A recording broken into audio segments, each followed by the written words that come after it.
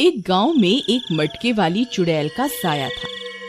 वह बहुत डरावनी थी। रात को 3 बजते ही वह चुड़ैल लोगों को दिखाई देती थी। उसने अपने सिर पर 5 मटके रखे हुए थे। उन मटकों में से आग निकल रही होती थी। गांव वाले उस चुड़ैल को अपने घर की खिड़कियों से छुप छुप कर देखा करते थे, लेकिन उसके पास जाने की हिम्मत किसी में नहीं थी। अजी सुनिए, ये चुड़ैल रोज आधी रात को ये 5 मटके लेकर क्यों घूमती है? पता नहीं इसे किसकी तलाश है। मुझे आभास हो रहा है कि गांव में जरूर कुछ बहुत बुरा होने वाला है। फिर अगले दिन, अरे भाई हीरा, अब तो हद ही हो गई। पूरा साल बीत गया लेकिन बारिश का कोई नामो निशान नहीं है। मुझे तो लगता है इस साल भी गांव में सूखा पड़ेगा। भाई मुझे तो लगता है ये सब उस मटके वाली चुड़ैल की वजह से हो रहा है। वह रोज रात को आग से भरे मटके लेकर पूरे गांव में घूमती है। मुझे लगता है उसी की वजह से गांव में सूखा पड़ रहा है। तुम सही कहते हो। पता नहीं कब इस चुड़ैल से हमारा पीछा छूटेगा। चलो भाई, देर हो रही है। उस लालची सेठ के घर जाना है, उसके कुएं से पानी भरने। अगर लेट हो गए तो बहुत भीड़ हो जाएगी सेठ के कुएं पर। इस लालची सेठ ने तो हद ही कर दी। ये हम सब गांव वालों की मजबूरी का फायदा उठा रहा है। हाँ भाई, तुम सही कहते हो, लेकिन हमारे पास कोई दूसरा रास्ता भी तो नहीं है। अब चलो, वरना देर हो जाएगी। वहीं दूसरी तरफ गांव में सूखा पड़ने की वजह से वह लालची सेठ अपने कुएं का पानी लोगों को बेचा करता था, क्योंकि गांव के लगभग सारे कुएं सूख चुके थे। अरे सेठ जी, आज मेरे पास पैसे नहीं है, मैं कल दे दूंगा। कृपया करके मुझे कुएं से पानी लेने दो। अरे चल भाग यहाँ से। बिना पैसों के किसी को पानी नहीं मिलेगा। पहले पैसे लाओ फिर पानी पाओ। उस सेठ ने लालच की सारी हदें पार कर दी थी। फिर एक दिन, इस साल भी गांव में सूखा पड़ा है, हमें गांव वालों की मदद करनी चाहिए। हमें अपने कुएं के पानी के लिए लोगों से पैसे नहीं लेने चाहिए। क्यों री, तुझे बड़ी दया आ रही है इन गांव वालों के ऊपर? चुपचाप जाके अपना काम कर। यही तो मौका है पैसे कमाने का। मैं इसे अपने हाथ से नहीं जाने दूंगा। तो फिर ठीक है, मुझे भी इस घर में तुम जैसे लालची इंसान के साथ नहीं रहना। मैं आज ही अपने मायके जा रही हूँ। ठीक है, तुम्हें जहाँ जाना है जाओ, मुझे कोई फर्क नहीं पड़ता। सेठ की इन्हीं आदतों की वजह से उसकी बीवी भी उसे छोड़कर चली जाती है। अब तो मजा ही आ गया। ये सारी धन दौलत अब सिर्फ मेरी है। फिर अगले दिन सुबह होने पर गांव वाले कुएं से पानी भरने के लिए खड़े होते हैं। उनमें सबसे आगे एक साधु बाबा होते हैं। देखो साधु बाबा, इस कुएं से मुफ्त में पानी नहीं मिलता। तुम्हें इसके लिए पैसे देने होंगे। वत्स, मेरे पास पैसे तो नहीं है। तो फिर कहीं और से पानी भर लीजिए। यहाँ मुफ्त में कुछ नहीं मिलता। मूर्ख इंसान, तुम ये ठीक नहीं कर रहे हो। तुम में इंसानियत खत्म हो चुकी है। इसके लिए तुम्हें भारी कीमत चुकानी पड़ेगी। इतना बोलकर साधु बाबा वहाँ से चले जाते हैं। फिर रात होने पर वह मटके वाली चुड़ैल फिर से 5 मटके लेकर गांव में आ जाती है। गांव वाले उसे देखकर घबरा जाते हैं। इस बार वह सीधा सेठ के घर के बाहर जाती है और उसका दरवाजा खटखटाती है। अरे इतनी रात को कौन आ गया पानी लेने? इससे 5 गुना ज्यादा पैसे वसूलूंगा पानी के लिए। फिर वह सेठ खिड़की से झांक कर देखता है तो वह हक्का बक्का रह जाता है। अरे मर गए रे, ये तो वही मटके वाली चुड़ैल है। आज ये कहाँ से आ गई? अब मैं क्या करूं? अगर मैंने दरवाजा खोला तो ये मुझे कच्चा ही खा जाएगी। हे भगवान, मुझे इस चुड़ैल से बचाओ। चुड़ैल फिर से दरवाजा खटखटाती है, लेकिन सेठ डर के मारे दरवाजा नहीं खोलता। तो चुड़ैल अपने 5 मटकों में से एक मटका उसके दरवाजे के बाहर रखकर चली जाती है। शुक्र है भगवान, आज तो मैं बाल बाल बच गया।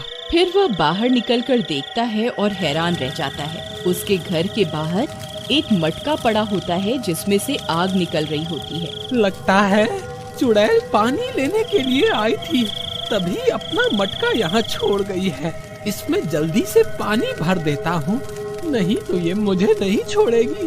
फिर वह उस मटके में पानी डालता है, लेकिन पानी उस मटके में नहीं जाता और आग और ज्यादा भड़क जाती है। अरे ये क्या, इस मटके में तो पानी जा ही नहीं रहा, ऊपर से ये आग तो और भी तेज हो गई।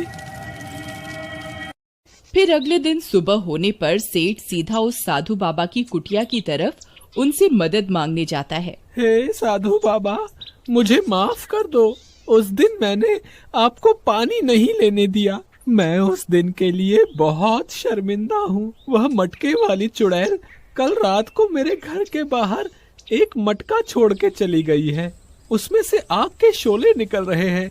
अब मुझे कुछ समझ में नहीं आ रहा कि मैं क्या करूं। मैंने उसे बुझाने की भी बहुत कोशिश करी, लेकिन वह आग बढ़ती ही जा रही है। कृपया करके मेरी समस्या का कोई समाधान निकाले।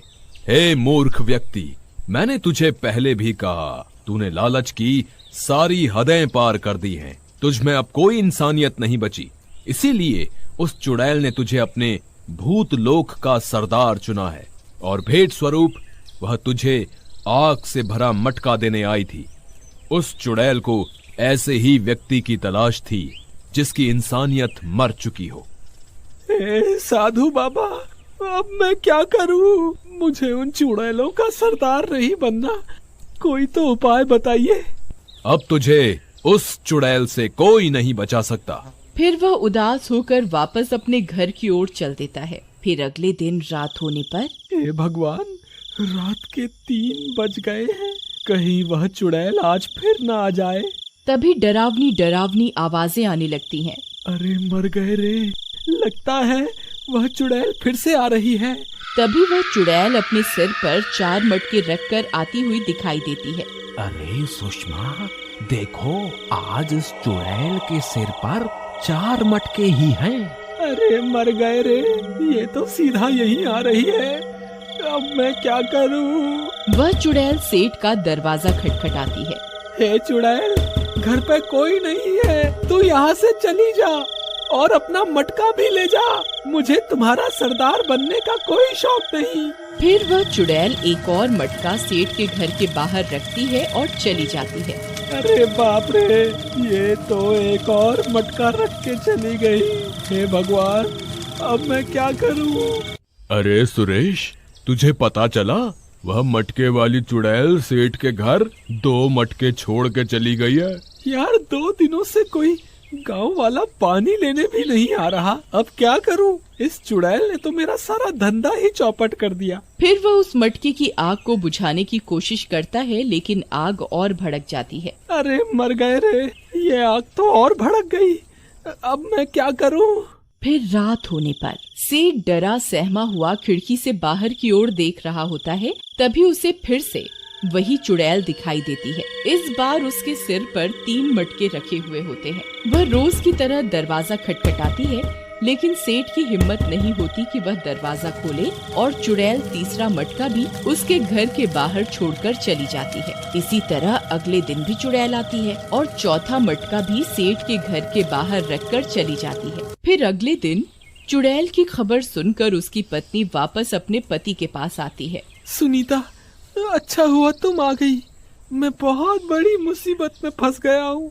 वह चुड़ैल मेरे पीछे हाथ धोकर पड़ गई है। मुझे समझ नहीं आ रहा मैं क्या करूं। मैंने तो आपको पहले ही कहा था कि आपने इंसानियत की सारी हदें पार कर दी हैं। ये तो होना ही था।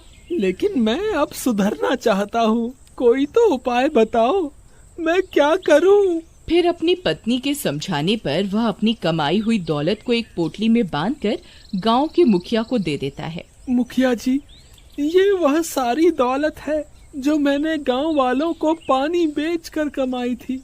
मुझे मेरी गलती का एहसास हो गया है। कृपा करके इन सारे पैसों को आप गांव वालों में बांट दे। फिर इतना बोलकर सेठ वापस अपने घर की ओर चल देता है। सुनीता, मैं सारे पैसे गांव के मुखिया को दे आया हूँ। अब मेरे मन में कोई डर नहीं है। मैंने सब गांव वालों को भी कह दिया है। उन्हें जितना पानी चाहिए वह मेरे कुएं से ले सकते हैं। मुझे आपके ऊपर बहुत गर्व है। आपने बहुत अच्छा काम किया है। अब हमें उस चुड़ैल से डरने की कोई जरूरत नहीं है। फिर रात होने पर वह चुड़ैल एक मटका लेकर सेठ के दरवाजे पर पहुंचकर दरवाजा खटखटाती है। अरे मर गए रे, अब मैं क्या करूं? नहीं नहीं, आपने अपनी गलती को सुधार लिया है, अब आपको डरने की कोई जरूरत नहीं है। इतना बोलकर सेठ की पत्नी दरवाजा खोलकर बाहर निकल जाती है। हे चुड़ैल, अब तेरा यहाँ कोई काम नहीं है। मेरे पति अब तुम्हारा सरदार बनने योग्य नहीं है। अब तुम कहीं और जाकर किसी और पापी और जालिम व्यक्ति की तलाश करो। फिर वह चुड़ैल अपने चारों मटके वहाँ से उठाती है और रात के अंधेरे में कहीं गायब हो जाती है। अरे सुनीता, तुम तो बहुत हिम्मत वाली निकली, जो उस चुड़ैल का सामना करने के लिए अकेले ही घर के बाहर निकल गई। हम जब भी अपनी जिंदगी में कोई गलत काम करते हैं तभी हमें डर लगता है। अगर हमने कोई गलत काम नहीं किया तो हमें किसी से डरने की भी कोई जरूरत नहीं है। और उस गांव से उस चुड़ैल का साया हमेशा हमेशा के लिए खत्म हो जाता है।